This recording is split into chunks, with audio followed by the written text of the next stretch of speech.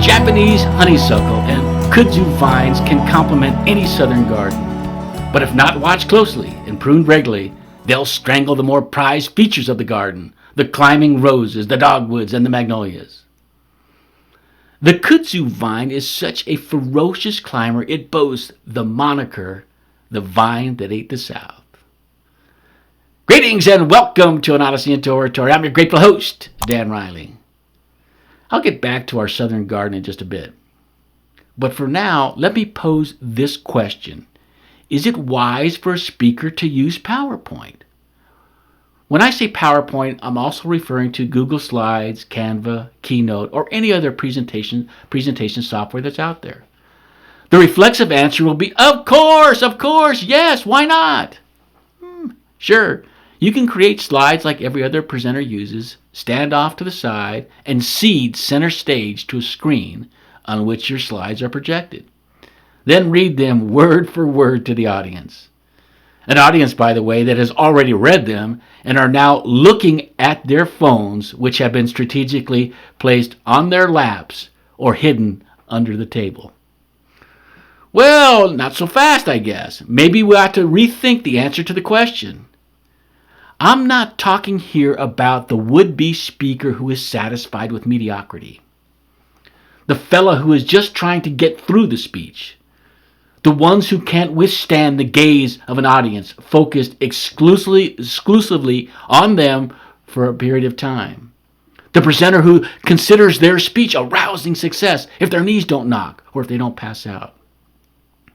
Those speakers should most definitely use PowerPoint. I'm talking here to those speakers who consider speech making a glorious craft, to those that are convinced the audience can benefit from their message, to the aspiring leader looking to change lives. Those are the ones to whom I'm asking the question, is it wise to use PowerPoint?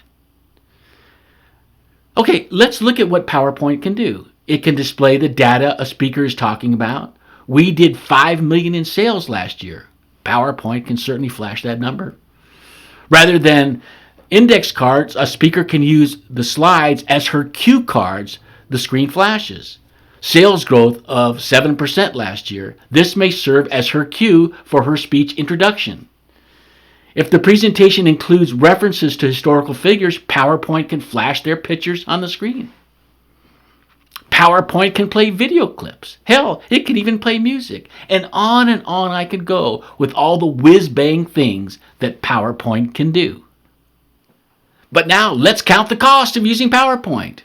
With every speech or presentation, there is an energetic exchange between the speaker and the audience.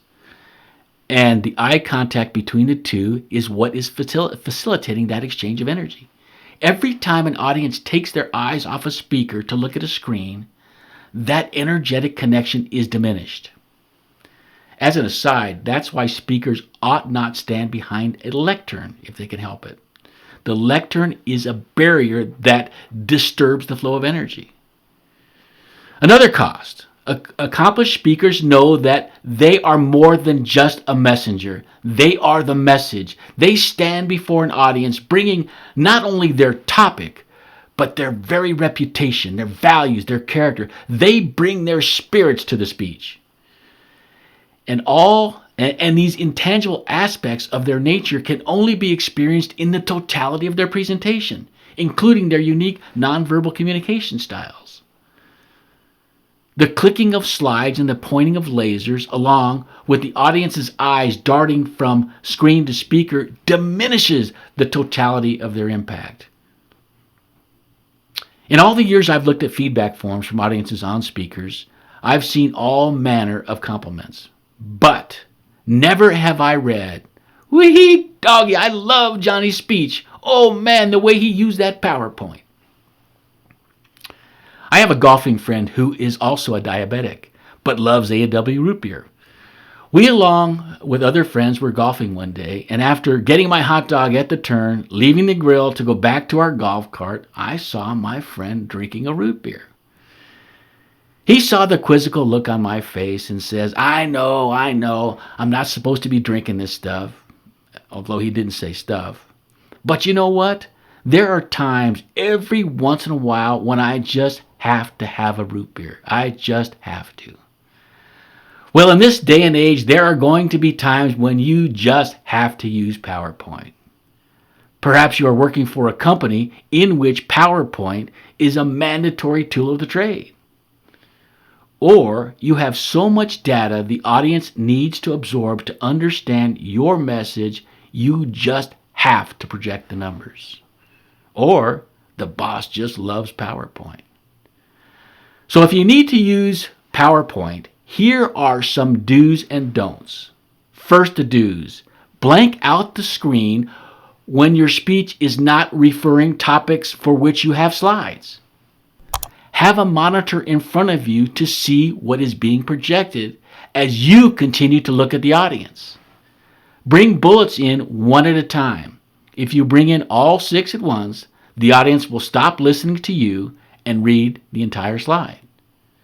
And because they can read twice as fast as you can speak, you'll be telling them old news by the time you get to bullet 3. Use imagery that amplifies your message. And lastly, use as few of slides as possible. Strive for no more than 1 slide per 1 or 2 minutes of your speech. Now for a few don'ts. Don't create any slide that requires you to say, "I hope you can read this back there." If the font is too small, don't use it. And never hand out your presentation prior to it being complete. Your audience will begin to read it and not listen to you. And don't take your eyes off the audience to look behind you or to the side of you, depending on where the screen is displayed. And certainly, don't read the screen to your audience. Now back to my question. Is it wise for a speaker to use PowerPoint? The answer is no, it is not. But let me qualify that.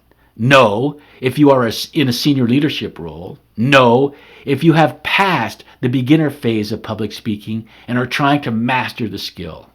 Think of PowerPoint as training wheels.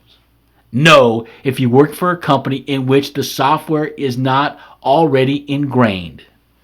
And no, if you want to be perceived as a leader. But here's the reality of our times. More often than not, for a whole host of reasons, some of which I just mentioned, speakers will be using presentation software. So just as our southern gardeners can't let the Japanese honeysuckle or the kudzu vines outshine the roses and the magnolias, speakers can't let their PowerPoint presentations outshine them. And they ought never cede center stage to a screen. In other words, don't let the weeds take the garden. For today, on my part, that's all there is. This is Dan Riley taking you on an odyssey into oratory. Until next time, throw off the bow lines, sail away from the safe harbor, and catch the trade winds in your sails. We're on the move now.